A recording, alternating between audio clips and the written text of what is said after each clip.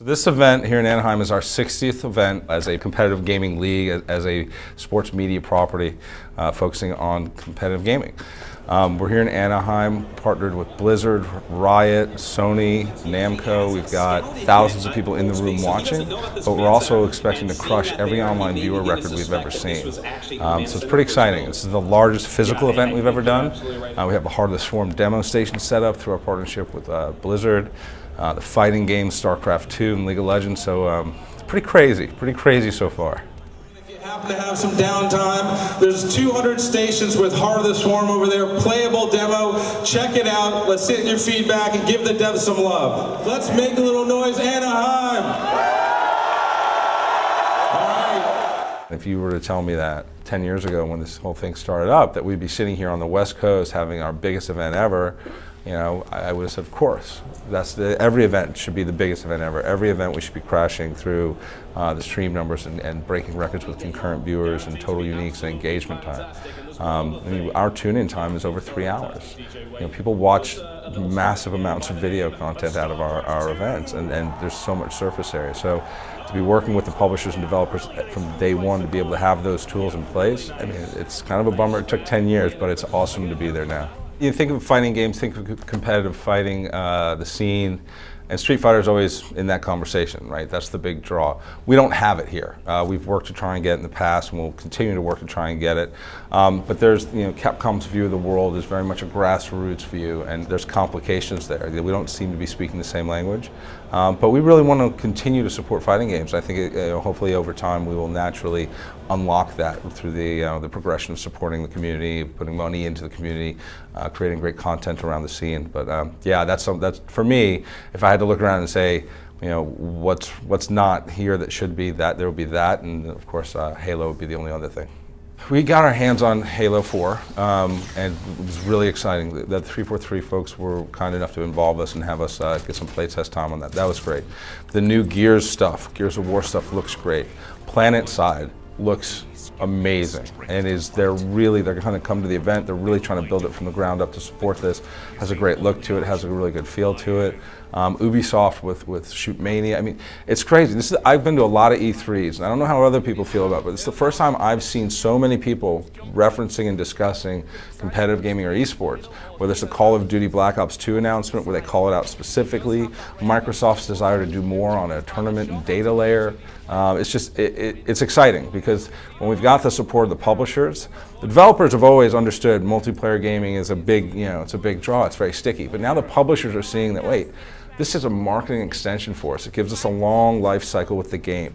It allows us to sell more downloadable content or Xbox Live Gold memberships or whatever it may be. That's a really nice thing to see. So you see people who maybe haven't embraced this area as much as you would have liked them to in the past, now investing in it. So it's exciting, and that, and along with our partnership with GameSpot, to be able to be there broadcasting from the show floor, to have people blocking the aisle behind the booth, and that was all really exciting for me because it's been a nice arc in terms of getting to that point. Because there were years when we would go to E3 and nobody discussed it, never came up.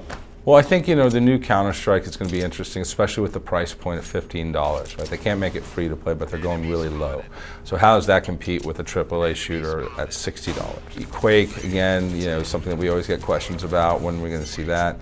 I think the biggest thing for us is there's the potential for oversaturation, right? But rather than saying every game has to be on the pro circuit, we can do things like expos where we have weekend-long events where players are brought in, pros from other games maybe, to showcase the mechanics of a particular game, see what the audience response to it is. But the great thing is that a lot of the publishers are seeing, the developers have seen this for a while, but the publishers are seeing that, hey, we have to market this game anyway.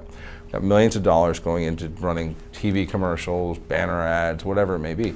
Maybe we funnel some of this off and do a direct engagement to a community in a way with a methodology and approach behind it, which is sticky by its very nature. We're looking at all those games. We're considering them. We're saying, we're going to sit with the developers, sit with the creative director, see what we can get to work. But knowing that it's really up to the game. If the game's not up to snuff, the community will not stay around, they will not be engaged. So we're not going to force anything down anybody's throat. When I think of competitive gaming, and especially on the online side of things, right, the one thing you can't create is a predatory environment. And we've seen what happened with online poker in the States, right, and recently with some of that stuff being overturned and the legality of it coming into question.